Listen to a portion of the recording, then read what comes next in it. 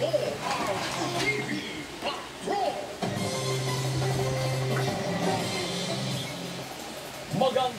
gabi, bayan. Pasintabi po sa mga manonood dahil sensitive po ang paksa ng balitang ito.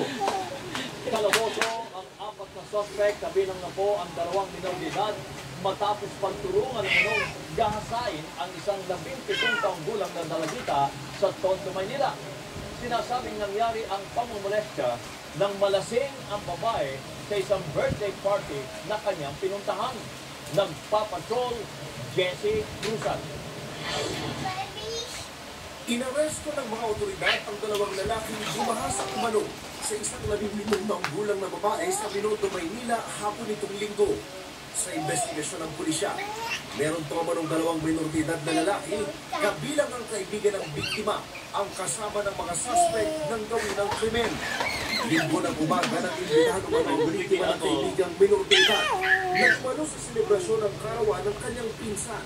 Ginamit yun na dahilan para maimbitahan itong ating victim at nung nalasing at pinalakayo yung kanyang sarili, doon na siya pinagsamantala. Masakit po na dapat hindi ganito. Dapat normal yung buhay niya ngayon. Ang dami niya ng bagay sa buhay niya. Gusto ko talaga sa kanila is makulong para hindi na